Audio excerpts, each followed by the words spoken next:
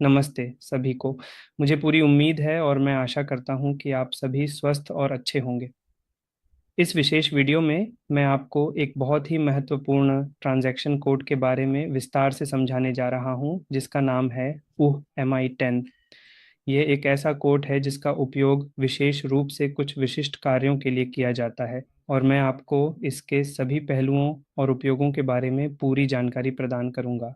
ठीक है, तो ये MI10 ट्रांजैक्शन क्या है और इस टी कोड का क्या लाभ है। ठीक है, कई बार अगर बिजनेस को पूरी तरह से समायोजन करना हो, जैसे कि वे किसी विशेष सामग्री के लिए समायोजन करना चाहते हैं और वे यह पूरी प्रक्रिया बिना फिजिकल इन्वेंटरी डॉक्यूमेंट बनाए, काउंट दर्ज किए और पोस्टिंग किए बिना पूरी करना चाहते हैं, तो यह MI10 ट्रांजैक्शन इन तीनों स्टेप्स को एक ही स्टेप में पूरा करने में मददगार होता है। उदाहरण के लिए, अगर आप फिजिकल इन्वेंटरी प्रक्रिया देखें तो MA01 और MA04 काउंट दर्ज करने के लिए होते हैं और MA07 डिफरेंस पोस्ट करने के लिए। लेकिन अगर आप MI10 ट्रांजैक्शन का उपयोग करते हैं तो MI10 बिना डॉक्यूमेंट के डिफरेंसेस की लिस्ट बनाने जैसा है। तो आप ये सभी स्टेप्स एक ही ट्रांजैक्शन कोड के जरिए पूरा कर सकते हैं। ये एक संवेदनशील टी कोड है, और जब आप MI10 में मटेरियल काउंट दर्ज करते हैं तो आपको कुल काउंट दर्ज करना होता है। ठीक है, तो चलिए अब हम इसे विस्तार से चेक करते हैं, और इसकी सभी महत्वपूर्ण डिटेल्स में गहराई से जाने से पहले कुछ ऐसी आवश्यक चीज़ें हैं जिन्हें हम अभी तुरंत चेक करने वाले हैं। वर्तमान पीरियड क्या है? MMRV पर जाएं, कंपनी कोड दें तो 012D025। इसका सीधा सा मतलब ये है कि वर्तमान समय अवधि अप्रैल 01 है और हम इसे जून महीने तक लेकर आते हैं। MMPV में आपको अगला पीरियड जो कि 2025 का है उसे देना होगा, उसे ओपन करना होगा, और हमें 03 का महीना भी ओपन करना होगा ताकि यह जून 2025 तक पूरी तरह से आ जाए। इसके बाद मैं अगले MMRV पर आगे बढ़ूंगा।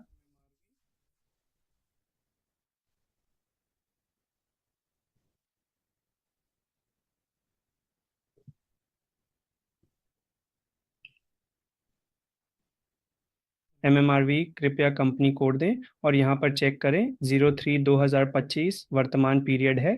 इसका मतलब है कि 03 में 3 महीने और जोड़ें जो कि जून 2025 होगा। अब ये मेल खा रहा है। तो अब जून 2025 में हम ये महत्वपूर्ण गतिविधि करने जा रहे हैं। MB5T2 पर जाएं। ये NS12 है जो कि एक महत्वपूर्ण कोड है। हम प्लांट में संबंधित मटेरियल्स के लिए मटेरियल मास में उपलब्ध स्टॉक चेक करने जा रहे हैं। तो हम अब लेने जा रहे हैं। चलिए इस विशेष मटेरियल को N001 में लेते हैं, जिसकी स्टॉक मात्रा 3 है। ठीक है, तो हम इसका विस्तृत स्टॉक काउंट करने जा रहे हैं ताकि हम पूरी तरह से सुनिश्चित कर सकें कि सभी आंकड़े सही हैं। MI10 पर जाएं। MI10 का उपयोग करके plant document date, posting date, storage location N201 दें, और आप कोई भी रेफरेंस नंबर डाल सकते हैं जो आप इनपुट करना चाहते हैं और एंटर पर क्लिक करें, मटेरियल दें।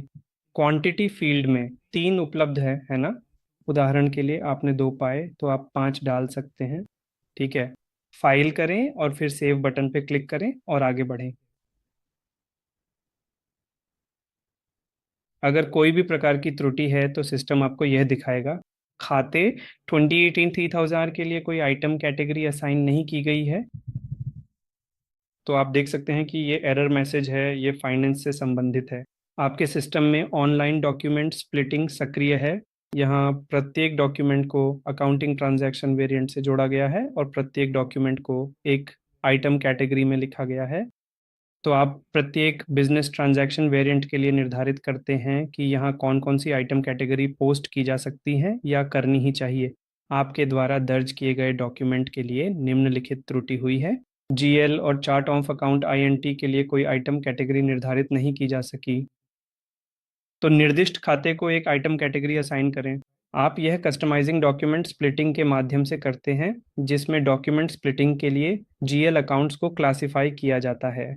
एसएपी ने वह आवश्यक कॉन्फ़िगरेशन प्रदान की है और अब हम यहाँ पर जाएंगे जहाँ चार्ट ऑफ अकाउंट्स आईएनटी के रूप में निर्धारित है और खाता इस विशेष वाले से संबंधित है जो कि त्वइतीति स्टावर्स एंड टू है। तो ये जीएल अकाउंट वास्तव में क्या था और इसका क्या महत्व था? डॉक्यूमेंट स्प्लिटिंग में हमें प्रत्येक आइटम को उसकी उचित कैटेगरी असाइन करनी होती है। तो हमारा जीएल अकाउंट क्या था? हम SE16NT030 पर जा सकते हैं जो एसएपी में एक महत्वपूर्ण ट्रांजैक्शन कोड है जिसका उपयोग कॉन्फ़िगरेशन टेबल T03D को देखने और बनाए रखने के लिए किया जाता है। वहाँ से हमें आवश्यक जानकारी मिल जाएगी या फिर चलिए यहाँ से लेते हैं। तो आप जीबीबी के अंतर्गत आईएनवी दे सकते हैं। जीबीबी एक सामान्य संशोधन खाता है और आईएनवी इन्वेंट्री डिफरेंस के लिए एक संशोधन है। चार्ट ऑफ अकाउंट्स आईएनटी जो कि एक मानक चार्ट ऑफ अकाउंट्स है। आइए अब हम विस्तार से देखें कि जीएल अकाउंट वास्तव में क्या है। तो वैल्यूएशन ग्रुपिंग कोड 0001। तो मुझे लगता है कि हमें ये मिल गया है। 23300 और 28300। 2333300 है। ये संख्या 283 है।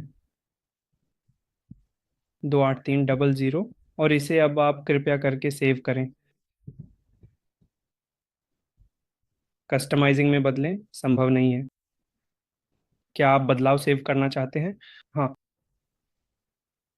तो डॉक्यूमेंट स्प्लिटिंग हमने इसे कॉन्फ़िगरेशन में सफलतापूर्वक एक्टिवेट किया है। रियल टाइम में जब आपको ये एरर मैसेज मिले तो आपको फाइनेंस को सूचित करना होगा। तो जीएल अकाउंट के अंतर्गत बिजनेस ट्रांजैक्शंस डॉक्यूमेंट स्प्लिटिंग के लिए जीएल अकाउंट्स को क्लासिफाई करें। आपको एक श्रेणी असाइन करनी होती है, चाहे वह खर्चों की श्रेणी हो या आप यहाँ देख सकते हैं, है ना, दिए गए खर्चों की श्रेणियाँ हैं, मटेरियल, रेवेन्यू, फिक्स्ड एसेट, किस प्रकार का। ठीक है, तो आप इसे खर्चों के अंतर्गत रखते हैं। तो वापस जाइए। रियल टाइम में आपको फाइनेंस को सूचित करना होता है ताकि वे ये कर सकें। तो अब हम वही प्रक्रिया फिर से दोहराने जा रहे हैं। MI10 plant and storage location, material, मात्रा, 5 दिन और सेव करें। अगर कोई त्रुटि नहीं है तो सिस्टम डॉक्यूमेंट पोस्ट कर देगा। आप यहाँ देख सकते हैं अंतर मटेरियल डॉक्यूमेंट एक 000573 के अंतर्गत पोस्ट किया गया है। तो आइए इस डॉक्यूमेंट को चेक करें। MB51 पर जाइए। कृपया मुझे वह मटेरियल पास करें। यह संख्या है 60090। ये एक महत्वपूर्ण संख्या है जिसे याद रखना चाहिए। ठीक है, ये हमारा मटेरियल है और पोस्टिंग डेट है 01/06/2025। एक बार जब आप ये पोस्टिंग डेट डालते हैं तो आप देख सकते हैं कि एक मटेरियल डॉक्यूमेंट मोमेंट टाइप 701 के साथ पोस्ट हुआ है। ये पॉजिटिव है। आप यहाँ हरे रंग में पॉजिटिव देख सकते हैं क्योंकि 3 मात्रा स्टॉक में उपलब्ध थी लेकिन हमने 5 मात्रा डाली, इसलिए सिस्टम ने एक मटेरियल डॉक्यूमेंट बनाया और एक फिजिकल इन्वेंटरी डॉक्यूमेंट तथा काउंट पोस्टिंग भी बनाई है। सारे तीनों स्टेप्स एक ही बार में हो गए। जीएल अकाउंट, बिजनेस एरिया, मात्रा। तो जो वैल्यू थी वह उस एवरेज वैल्यू से ली गई जो मटेरियल मास्टर के लिए उपलब्ध थी। तो इस तरह से आप MI10 ट्रांजैक्शन का उपयोग कर सकते हैं। 3 स्टेप्स, ठीक है, किसी भी तरह की एडजस्टमेंट करने के लिए महीने के बीच में और अन्य समय पर। इस टी कोड का सुझाव दिया जा सकता है लेकिन निश्चित रूप से हमें सप्लाई चेन टीम और ऑडिट से भी सत्यापन करना होगा। उन्होंने सीधे MI10 का उपयोग क्यों किया? तो फिजिकल इन्वेंट्री डॉक्यूमेंट कहाँ है, किसने गिनती की? ठीक है। तो आमतौर पर जब आप ये फिजिकल इन्वेंट्री प्रक्रिया करते हैं तो हम असली प्रक्रिया के स्टेप्स का पालन करते हैं, है ना? जैसा कि मैंने बताया, आप यहाँ देख सकते हैं। सबसे पहले फिजिकल इन्वेंट्री डॉक्यूमेंट बनाया जाता है, फिर उसे प्रिंट किया जाता है। प्रिंट की गई कॉपी उन वर्कर्स या ऑपरेटर्स या जो भी उस वेयर हाउस में काम करते हैं उन्हें दी जाती है और वे गिनती करते हैं। गिनती ऑफिस के सदस्य को दी जाती है। फिर वे गिनती करते हैं, वे गिनती दर्ज करते हैं। तो वे उन अंतर को चेक करेंगे। उसके बाद अगर कोई अंतर होता है तो वे फिर से गिनती करेंगे और फिर से गिनती के बाद वे फिर से एंट्री करते हैं।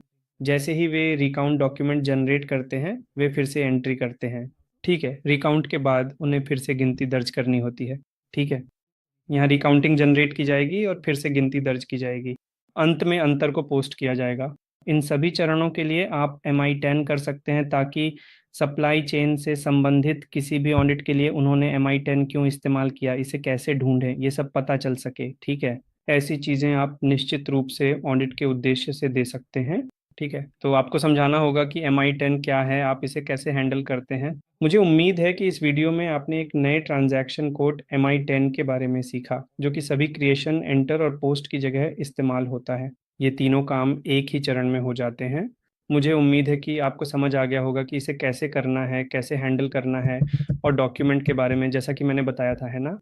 तो MI03 सिस्टम ने बैकएंड में अपने आप एक फिजिकल इन्वेंटरी डॉक्यूमेंट बना दिया है। यह प्रक्रिया स्वचालित रूप से संपन्न होती है, जिससे मानवीय हस्तक्षेप की आवश्यकता कम हो जाती है। इसी तरह आप यह भी देख सकते हैं कि मटेरियल डॉक्यूमेंट कैसे बना। यह समझना महत्वपूर्ण है कि यह दस्तावेज किस प्रकार उत्पन्न होता है और इसका क्या महत्व है। ठीक है। एडजस्टमेंट पूरा हो गया है, काउंटिंग पूरी हो गई है, किस यूजर आईडी ने बनाया, सारी जानकारी हम यहाँ वेरीफाई कर सकते हैं। डॉक्यूमेंट नंबर 1000572, बस इतना ही। और फिजिकल इन्वेंटरी डॉक्यूमेंट की जानकारी MI03 में डिस्प्ले होती है, और अगर आप टेबल लेवल पर भी चेक करना चाहें तो कर सकते हैं। IKPF और ISIG फिजिकल इन्वेंटरी डॉक्यूमेंट 2025 में उपलब्ध है, ताकि आप इसमें दर्ज की गई सभी आवश्यक जानकारी, जैसे कि काउंट डेट, पोस्टिंग डेट और यह किसने बनाया है, इन सभी महत्वपूर्ण विवरणों को यहाँ से आसानी से प्राप्त कर सकें और उनका उपयोग कर सकें। यह डॉक्यूमेंट आपको इन्वेंट्री प्रबंधन में पूरी पारदर्शिता और सटीकता प्रदान करता है। या फिर MI24 फिजिकल इन्वेंट्री डॉक्यूमेंट की लिस्ट। आप मटेरियल दे सकते हैं अगर आपको फिजिकल इन्वेंट्री डॉक्यूमेंट नंबर नहीं पता है, और अगर आपको मटेरियल पता है तो आप दे सकते हैं, या उसका प्लांट और स्टोरेज लोकेशन दे सकते हैं, ताकि आपको डॉक्यूमेंट्स की लिस्ट और उनकी स्थिति भी मिल जाए। गिनती रजिस्टर में दर्ज की गई है। और अगर आपके पास बहुत सारा डेटा है तो आप काउंट डेट भी दे सकते हैं, अनुमानित काउंट डेट भी दे सकते हैं, जैसे जून का महीना वगैरह। आपको भौतिक इन्वेंट्री दस्तावेज सूची मिल जाएगी। मुझे उम्मीद है कि इस वीडियो में आपने MI10 लेन देन के बारे में सीखा, इसका उपयोग कैसे करें और किस तरह का लाभ और समय की बचत है, और इसका उपयोग मासिक वास्तविक भौतिक गणना और सभी के लिए नहीं किया जा सकता है। लेकिन यदि आपको कोई एक या दो सामग्री मिलती है और आप समायोजित करना चाहते हैं, तो इस लेन देन का उपयोग किया जा सकता है। देखने के लिए धन्यवाद। और यदि वीडियो भौतिक इन्वेंट्री प्रक्रिया के बारे में सीखने और समझने के लिए उपयोगी है, तो आप इसे साझा कर सकते हैं। धन्यवाद।